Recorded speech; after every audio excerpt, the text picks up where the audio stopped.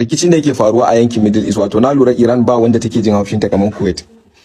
A martanin da Iran take kaiwa bayan in Amurka ta kai mata hari, takan kai harhare a military bases in Amurka da wasu abubuwa including su Jordan da wasu wurare, wanda harin da aka yi jiya a Jordan ya yi sanadin wasu rayukan sojojin Amurka har guda 2 zuwa 3. Amma kai ka san yadda media su yake, so an yi rasa rayukan sojoji da yawa gaskiya a wannan wurin, amma ka san yadda media take za a boye. So ya taba su especially da Jordan, amma kuma a cikin duka hararen da ake ba wani kasan da take jin jiki kamar Kuwait. Wani yake tambaya na muna kira da shi yake ce mu wai amma me yasa Kuwait suka fi jin jiki a majalisar mu ne haka ana kira. Me yasa Kuwait suka fi jin jiki? Wai me Kuwait ta ma Amurka da ta ma Iran da yasa ita ne Iran ta fi hucewa shi akan ta. To har yasa na dan yi bincike akai sai na lura wato abin da yasa Iran ta dage ta kai Kuwait shine a wannan yankin Kuwait ita ne kasan da ta fi dogaro da Amurka, sosai ta dogara akan Amurka. Kuma dogaransu akan Amurka ya samu asali ne tun lokacin Saddam Hussein. Mun ba kuma manta ba bayan yaki da ya faru tsakanin Iraki da Iran lokacin Saddam Hussein, ai Saddam Hussein ya invading Kuwait, ya shiga Kuwait. Wannan shigan da yin lokacin Amurka ne ta kawo musu ceto, irin like ya Kuwait hafa akwai mai a wurin ki, Kuwait tace ina da mai, to zan shiga miki fadin nan zan baki kariya da sauwa. So Saddam Hussein shi lokacin Amurka ta shiga ta dakatar da Saddam Hussein, to lokacin ne ta samu karfin gwiwa ma ta zuzzuba military bases din da wannan yake da wasu abubuwa. So kusan 100% Kuwait ta dogara akan Amurka. So Iran tana so ta yi amfani da ita misali ma sauran kasan su duba dogaran da ta yi, wanda ta wargaza su power plant in ta desalination plant in Kuwait. Irin barnan da aka ma Iran haka take huce shi akan Kuwait, sannan kuma ta bi military bases din Amurka na wannan yankin. A takaice idan Amurka ta ma Iran hari kashi 2, Iran ta kan mai da 2 da rabi. Idan ta mata 3, Iran ta kan mai da 3 da rabi. Ka gane abin da ta yi kenan. So ta yi rigakafi ne su fahimci, kuma inda da ka gane hararen da Iran take kaiwa yana tasiri shine ka duba yanda Saudi Arabia suke shirya defense pact da Pakistan, wanda yanzu haka ita karan kanta Kuwait yanzu ta fara tattaunawa da Pakistan akan tana son ta cimma yarjejeniyar defense pact.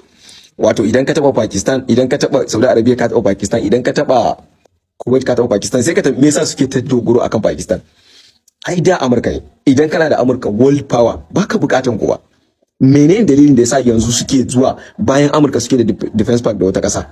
Ka fahimci cewa su a karan kansu ba su yadda da Amurka a yanzu kamar yadda suka yadda da ita a da ba.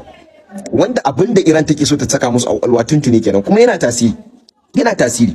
Shi sa yanzu sun fara neman dauki a sauran wurare domin su fahimci cewa yanzu fa Amurka nan da muke tunani fa kai ba lalle su ba mu kariyar da muke tunani su ba mu ba. Iran ta bude musu duwawu, shine gaskiyar magana.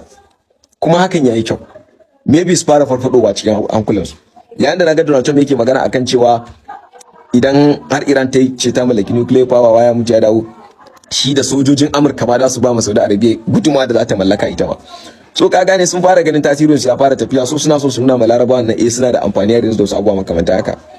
Amma za mu tsaya mu ga yanda yakin zai ci gaba, mu tsaya mu gani duba da escalation in yana kan faruwa, amma za mu tsaya mu gani shin za a daɗa ƙara mataki a wanda ake kai ko kuma za a tsaya ne a duba da cewa Amurka tana kan haɗa ƙasashe irin su Qatar da su Pakistan din a koma domin a jawo hankalin Iran ta koma sulhu, wanda Iran ta ce ba za ta ma ta yi sulhu a cikin irin wannan situation ba.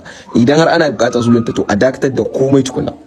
Za mu tsaya mu gani shin Donald Trump zai yadda ya dakatar din domin yana buƙatar tattaunawa ko kuma me yake shirin farawa, ko kuma zai zuba sojoji a ƙasa, wanda a yunkurin haka in baka manta ba Iran ta kai headquarter Kurdawa a Iraki ta je ta tarwatsa shi domin mata musu rigakafa. In ma kuna tattauna a gefe da Amurka tunanin ku invading musu ko dena shi, wanda suka fara su ba ruwan su waya mutu da. So duk shine abin da yake faruwa. Za mu ci gaba da tattauna a game da abubuwan da suke faruwa a wannan yankin insha Allah.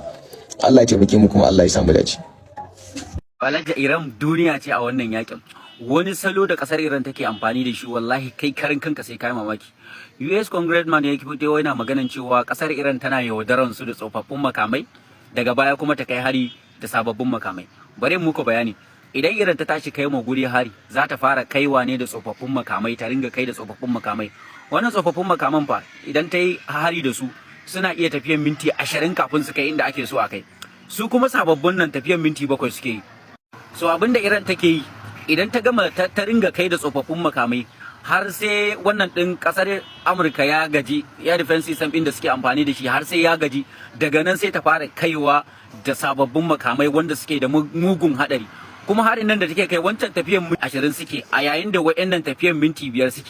So Iran ta musu illa sosai, inda mun ga Amurka na kokarin ja baya yanzu suna kokarin dakatar da yakin, amma Iran ta ce bata yadda ba. Iran ta ce bata yadda ba za ta ƙara wani zaman sulhu da su ba.